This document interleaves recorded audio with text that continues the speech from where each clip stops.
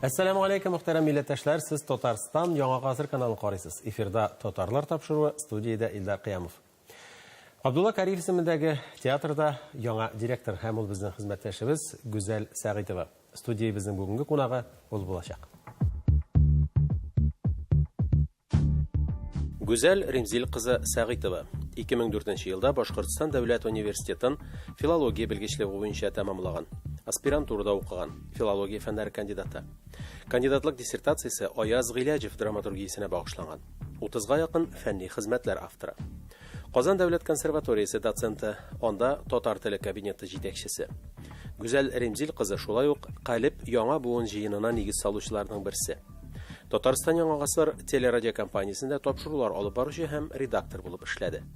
2018 елның сентябреннән Габдулла Кариев исемендәге Казан Татар дәүләт яшь тамашачылар театры директоры вазифасына куелды. Дамир Сиражиев исемендәге театраль премия лауреаты. Гүзәл, хәерле көн, сәмез. Хәерле көн. Илдар абый дәргә мөмкиндер. Мөмкиндер дип саныйм. Гүзәл, менә иң беренче сабыйлыктан башлаганда бөтен нәрсә шуннан килә бит. Менә сез шаулы балачак үткәргәнсез, хореографиягә дә бирергә теләгән нәрсезне, мандолинада уйнагансыз, Нәүрүз шибәре, озын тулым конкурсларында катнашкансыз, бераз үсә төшкәч. Димәк, менә булай кайнап яшәү ул сезнең имиджның бер өлешеме? Имидж түгелдер, холыктыр. Әлбәттә, ләкин без барыбыз да авылдан чыкканнар күбез. Әлбәттә, менә минем холык белән, әгәр дә мин бүген дә әйтәм, ник шәһәргә күчмәдегез ул вакытта, музыкаль мәктәпкә дә йөрер идем, биргә дә менә профессиональ рәвештә ничектер шөгыльләнер идем. Әлбәттә, инде омтылышлар бар иде минем, менә укырга омтылыш, ләкин авылда барыбыз да мөмкинлекләр ул кадәр булмагач, менә әлегә шулай формалашканмын. Ләкин безнең киләчәк балаларда дип әйтәләр бит, нәрсә җитмәгән балаларда аны чагылдырырга. Күрергә тырышабыз. Әлбәттә, ул кирәкме юкмы инде киләчәк күрсәтер. Ләкин ниндидер барыбер үземә җитмәгән менә бу база анда булыр дигән өметтә калам. Шул балачактан туганда ук салынгандыр, чөнки әни дә әйтә, менә характерым шундый тынгысыз, җанлы дип. Әлбәттә, мин тыныч, матур тормышны да яратам, гармониядә яшәп. Мондый тормыш чыннан да менә ничектер бөтенләй башка ресурсларны уята, һәм менә тагын шушы дулкынга кереп киттем, һәм миңа бик ошый. Күренекле язучыбыз, халык язучысы Аяз Гыйләҗевнең иҗаты буенча сез кандидатлык диссертациясе язган кеше. Аяз абый дөньясы белән менә сезнең шәхси дөньягыз тәңгәл киләме? Шундый үзенчәлекле сорау, бу сорауны әле миңа беркайчан да биргәннәре булмады. Диссертация язганда син көн-төн менә шушы иҗатта чумып, кайнап, анда менә бу ике дөнья шул кадәр тәңгәл кебек, хәтта син кайсы урында Аяз Гыйләҗев фикере, кемдер сиңа нәрсәдер дәшә, син Аяз Гыйләҗев фикере белән дәшкән кебек. Инде менә шул вакытта шул кадәр байып калган дөньям минем әлбәттә хәзер үзгә дип уйлыйм. Теге ниндидер тәңгәллек булу, ләкин уртак яклар бик күп бу дөньяларның. Чөнки менә Аяз абый үзе Чехов драматургиясе белән җинләнгән кеше дип әйтергә. Минем ул Чехов шулай иң яраткан драматургым, язучы гына түгел, менә нәкъ менә драматургиясенә мөкибәнмен мин Чеховның. Ниндидер менә мин дөньяны ничек тоям, мин күрәм, ничектер менә хәтта менә андагы сулыш алу, бигрәк тә менә Фәрит Бикчентаевның өч сеңелен мин хәтерлим, башка менә Додиннар килгәндә, менә ул минеке. Һәм монда менә Аяз абый хәтта кайбер пьесалар махсус Чеховка ярып язган пьесалар бар. Әлбәттә, алар театрларда ниндидер уңыш казанган пьесалар түгел, чөнки безгә ничектер тамаша кирәк. Татар халкына, ул бигрәк тә хәзер әле үзгәрә, барыбер да сәнгать тә үзгәрә. Менә ул вакытта менә фикернең тирәнлеге, теге бер фикер айсберг кебек, менә алар тирәндә яшерелгән. Нәкъ менә шул нисбәттән охшашлык зур. Менә сезнең татар пьесасы ярышында бит әле әсәрегездә җиңеп чыкты. Ул турыда да әйтеп үзегез әле. Форсаттан файдаланып. Җиңде дип әйтү дөрес үк булмас инде. Менә шул башка әсәрләр янында бераз гына аерылып торган. Томан деген пьеса, әйе. Фабуласын ғана әйтіп узыйк әле, нәрсә турында сүз бар анда? Эзләнү турында. Эзләнү турында, менә бүген мин яшьләрне күзәтәм, үзебезнең буында без инде яшьләр булып саналмасак та, bir şikten ikincisine nişiktir berilgenenu, hatta менә bu профессияга да туры килә, сез күрсәгез, ишетсәгез, менә Инстаграмда кемдер бу эшне башлап карый, аннан икенчесенә үзенә рекламалый. Гомумән кеше бүгенге яшьләр үзләрен таба алмый. Ул элек ничектер менә кеше килгән, уку йортына кергән һәм ул ömür boyu şuшы işine ulana ошыймы, ошамыймы, ул хәтта ул турда уйламаганда. Хәзер психологик китаплар күп, гел үзеңдә эзләнергә, үзеңә сораулар бирергә дигән шигар белән яшибез бит. Шуңа күрә менә шушы эзләнү ул яхшыга илтәме, әллә бу бигүк яхшы да әйбәт нәрсә дә түгелме? Гомумән менә шушы бүгенге заман кешеләренең, бигрәк тә яшьләренең ниндидер шул бәргәләнүе турында дип әйтергәдер. Bir intervyuda sizin şunday sözünüzü oquyayım, güzel. Яшәргә ашыгыгыз дигәнсез. Замана ритмы булай да кызу бит инде. Яшәргә ашыгырга бу ике яклы бер.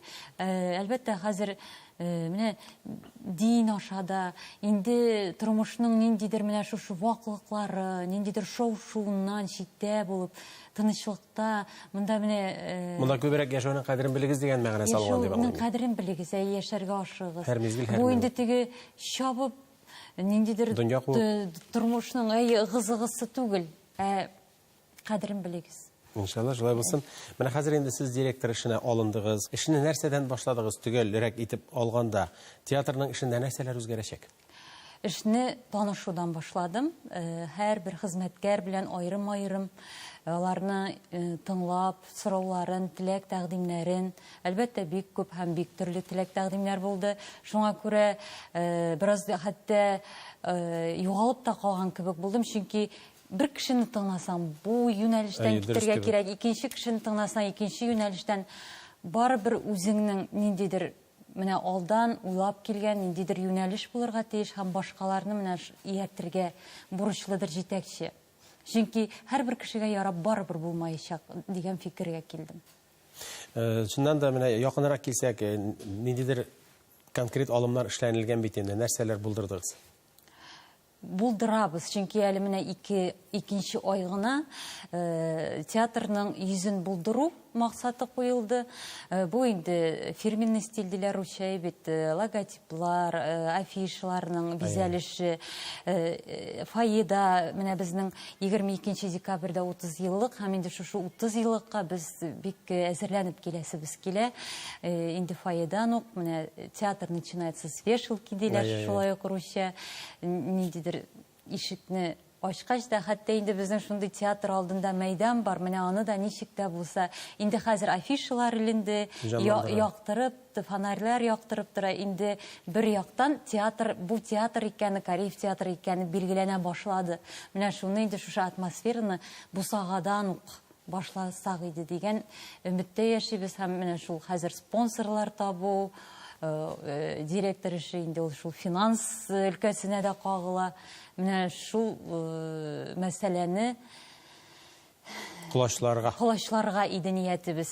Инде ниндидер үзгәрешләр, әлбәттә 2019 елга лабораториялар, режиссерская лаборатория, бу инде яшь 4 режиссерны чакырып, безнең труппаны 4кә бүлеп, ниндидер эскизлар эшләү, аннан соң инде драматургия, шулай ук безнең татар үсмерләр өчен татар драматургиясе бик аксый дип әйтергә кирәк. Менә шушы пьесалар, яңа пьесалар булдыру теләгебез. Аннан соң инде беләсез, 2019 елның 2нче яртысында безгә Камал театры һөнәр яшь режиссерлар фестивален бүләк итәргә җыена, һәм инде без менә аны да инде әзерләнә башладык. Әкренәп һәрбер ниндидер вакыйгага инде хәзер әзерләнә башлыйбыз. Шуннан да эшләсәң, эшләр шактый күп икән.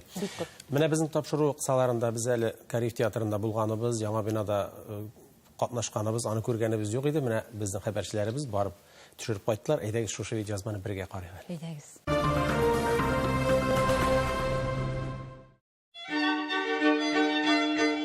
Татар театр сәнгате 20 гасыр дөнья мәдәниятенең тирән игътибарга лаек аерым өлеше. Татар театрының атасы, режиссер һәм актер, беренче татар профессионал театр труппасына нигез салучыларның берсе Габдулла Кариев. Ул үзенең актерлык мәктәбен тудыра.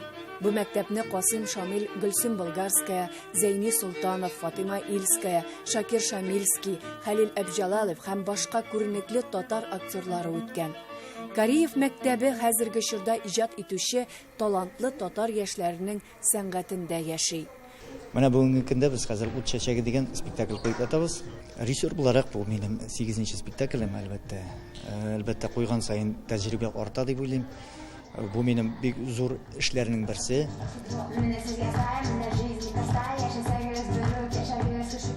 Безнең менә дигән коллектив. Безнең менә артистлар, төрле буындагы өлкәннәр дә, урта буын, яшьләр дә, Аллаһка шөкер бар. Һәммәбез бергәләшеп, матур иттереп иҗат итәбез. Һәм алга таба да шулай яшәргә, эшләргә язсын. Һәм инде тамашачыларны чакырабыз. Менә үзебезнең бинага, менә монысын иң мөһиме. Безнең тамашачылар, безнең спектакльләребезне яраталар, балаларын алып киләләр, урта буынмы, өлкәннәрме, алар безнең рәхәтләнеп спектакльләребездә калып, илһамланып кайтып китәләр. Һәм гыйбрәтле матур спектакльләр алга таба иҗат итәргә, иҗат. Гафу итегез, мине сәхнәгә чакыралар. Гомумән, менә соңгы арада монда бик зур үсеш тоела, бик зур энергия тоела, ниндидер яхшы проектларга, кыюлыкка таба адым тоела, һәм бу бик күңелле, бу сизелә бөтен җирдә, артистларда сизелә, режиссерларда һәм бөтен структураларда да сизелә, ул ниндидер шундый бер дәрт, яңа дәрт. Бу спектакльдә мин ярдәм итәм артистларга, анда пластик сәхнәләрне ничектер хәл итәргә, аларны көйләргә, репетировать итәргә һәм башкалар. Габдулла Кариев исемендәге Казан Татар дәүләт яшь тамашачы театры тарихы 1987 елдан башлана. Ул башта Татарстан Республикасы Мәгариф министрлыгы каршында татар театр студиясы буларак оештырыла. Театр студиясының беренче премьерасы Диас Вәлиевнең Намус хөкеме спектакле 1988 елның 25 февралендә куела. Габдулла Кариев театрына нигез салучы режиссер, Татарстан Республикасының атказанган сәнгать эшлеклесе Фәрит Әхмәтҗан улы Хәбибуллин. Бүгенге көндә үзебезнең коллективны мин бик бәхетлеләр дип санар идем. Чөнки без күпме генә кеше йортларында да йөрдек, выездларга да йөрдек. Менә быелгы сезонны иң зур әйбер без үзебезнең бинабызда. Һәр артистның үз гримеркасы бар. Без эшкә йөгереп киләбез. Безнең эштән кайтып китәсебез килми. Бүгенге көндә менә без бик бәхетлеләр. Һәр артист бәхетле. Хәзер театрның үз йорты бар. Петербург урамында урнашкан әлеге бина 1953 елда салына башлый. Ул беренчел проекты буенча мәдәният йорты буларак күзалланган, әмма ниндидер сәбәпләр аркасында кинотеатр итеп үзгәртелгән булган. Кариев театрының яңа бинасын 2018 елның 26 апрелендә Татарстан Республикасы президенты Рөстәм Миннеханов ачты. Хөрмәтле тамашачылар, сезнең алдыгызда гаҗәеп биюче куян.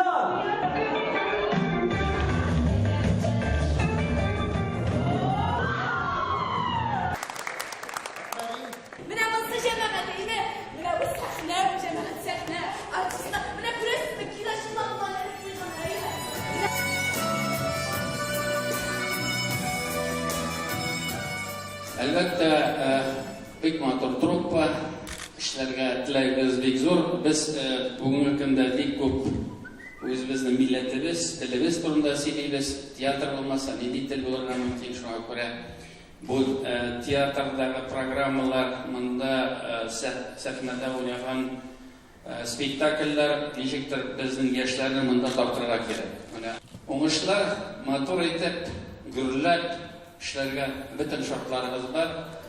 Иң изге теләкләр сезгә.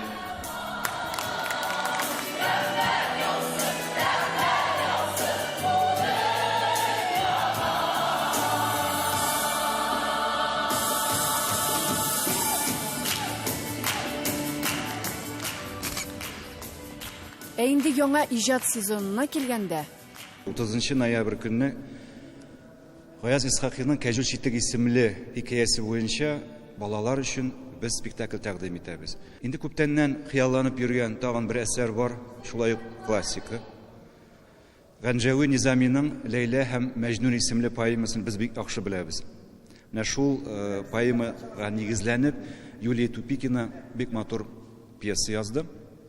Без аны 15 декабрьгә тәкъдим итәбез, Алла бирсә. Һәм тагын бер премьера Камил Кәримов, сатирик, прозаик, шагыйрь безнең театр өчен махсус пьеса язды, Алтын алка исемле. Якындагы мероприятие безгә бит инде 30 ел көттек менә без бу бинаны. Шушы бинада без үзебезнең йортыбызда юбилейны бәйрәм итәсебез килә. 30 ел бит инде. Менә шул нәүбәттән 22 декабрьдә без шундый театр төзербез дигән тамашаны без барлык тамашачыларыбызга тәкъдим итәбез. Анда бөтен театрлар катнашачак. Безнең театрдагы репертуардагы булган күп кенә топовый спектакльләрдән үзекләр, номерлар, кызыклы экспериментлар. Миңа калса бу безнең театрның гына бәйрәме түгел, күп театрның да улы бәйрәме булачак.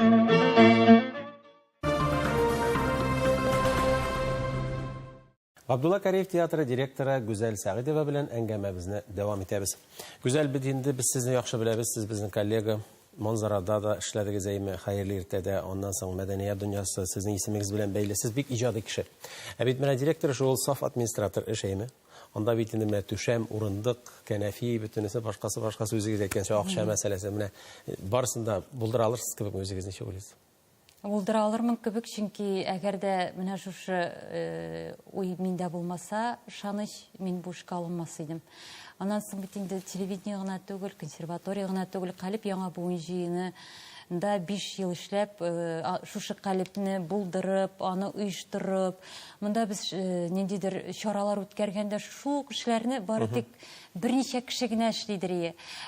Шул мәсәлән мэрия белән сөйләшүдә, президентка хатлар язуда, башка бик күп шактый ул оештыру өчен үзегез беләсез, аның эше күренми, ләкин ул бар. Һәм инде шуңа оештыру эше минем өчен ул яңалык түгел. Һәм монда әлбәттә менә юридик як, финанс ягы минем өчен минем иң кече якларым дип әйтмәс идем, ләкин мин өйрәнәм. Менә Калип проекты турында телгә алдыгыз. Калип белән Кариев театрының нисбәте ни дәрәҗәдә булачак?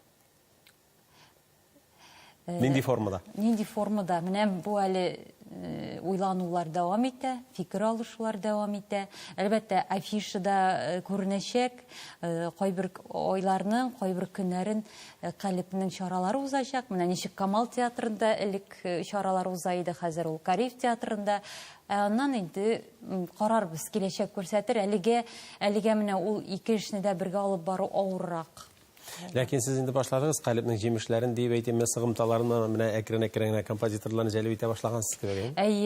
Калиптә генә әле исемнәре яңгыраган композиторлар, ул Зөлфәт Вәлиуллин, Миләүшә Хәйруллина, кайчандыр Калиптә беренче кичәсен эшләгән Илмир Низамов инде ул безнең театр белән эшләгән булган. Яш тамашачы театры хәтта ул анда музыка бүлеген җитәкләгән булган. Хәзер инде менә ул Кабат Ләйлә Мәҗнүн спектакленең премьерасына музыка яза. Шулай ук инде киләчәктә Ильяс Камал, башка композиторларын да җәлеп итәргә тырышабыз. Инде ачылышта шулай ук, мәсәлән, Калип яңа буын җыенының яңа дулкында катнашучы яшь шагыйрьләре безнең ачылышта бер фойе, безнең ике фойе менә видеода күренгәнчә. Анда менә алар шигырьләр укыдылар. Инде ниндидер менә шушы бәйләнешләр барлыкка килә башлады. Киләчәктә әлбәттә менә киң колач алсын иде менә бу бәйләнешләр, тыгызрак булсын иде дигән өметтә мин.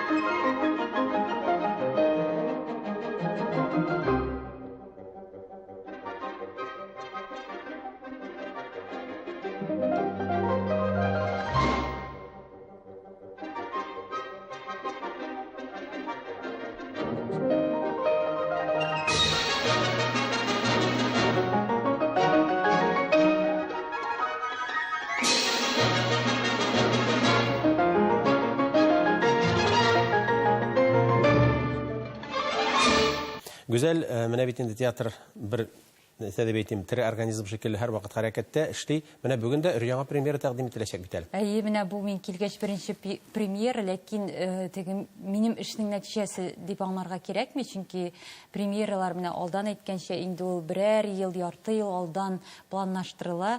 Ут чәчәге дип Зинур Хөснияр әсәре буенча Илфат Камалиев безнең Татарстанның атказанган артисты, сез инде аны бик яхшы беләсез.